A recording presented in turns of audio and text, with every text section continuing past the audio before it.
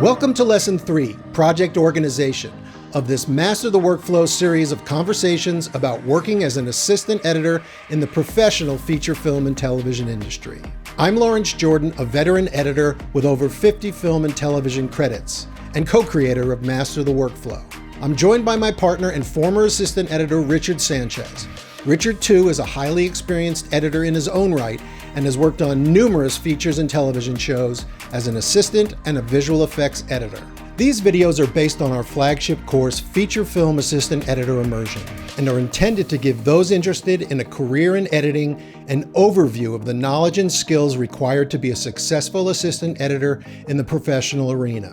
Okay, let's talk about our third lesson, project organization. This is something that Richard's really an expert at.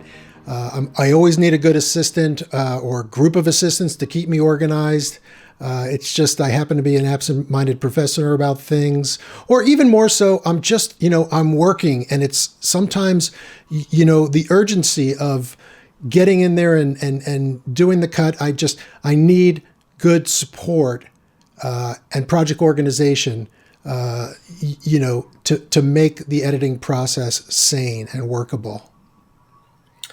Yes, and at its heart, the assistant editor's job, the most important thing we can do is keep the project organized. That is really while the editor is working in the hot seat with producers, with the director, with the studio.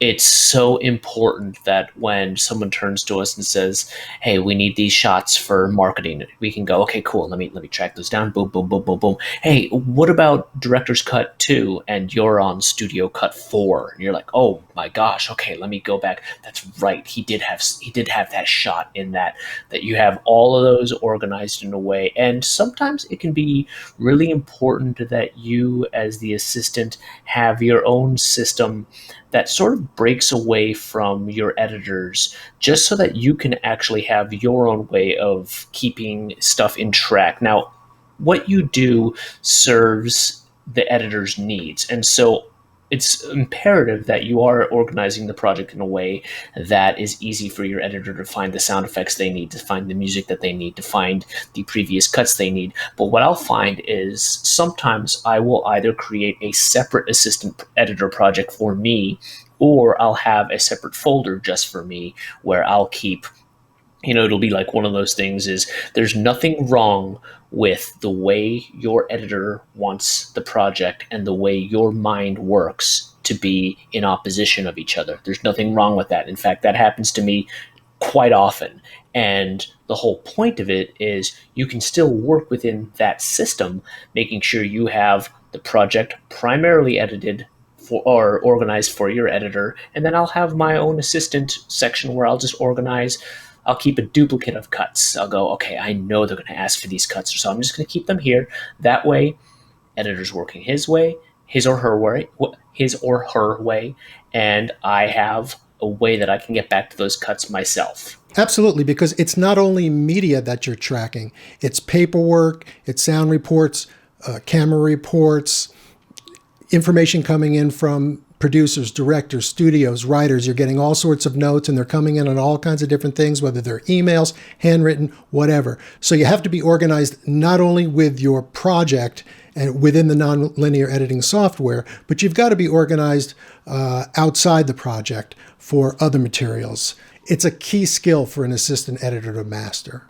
And the one thing I will impart to you is, I guarantee this will happen to you in your career, is someone is going to come to you and say, "I know we shot that," and you will swear they didn't. And sometimes they did, and sometimes they didn't. But it'll be your job to either find it or deliver the news that they didn't. But that all comes down to your organization. If there's some kind of hint, like, "I know we shot it on the day that we did that big stunt." Okay, let me find that big stunt. And oh my gosh, you're right, it is there. And maybe it wasn't slated, and naughty to whomever didn't do that. That's just one example. I'm not going to demonize our beloved second ACs. I love you. And it's not to say things happen. It's not to say that, it's there or it's not there, but sometimes you have to become a detective, and that could be, 5, 6, 7 months down the road, you find yourself calling that second AC. You find yourself calling the script supervisor because you're pulling your hair out. It's 11 o'clock at night and you're just trying to find that material that the director and the producer who was on set that day says they know they have. So again, one of the key components of organization is figuring out how to solve problems when problems arise.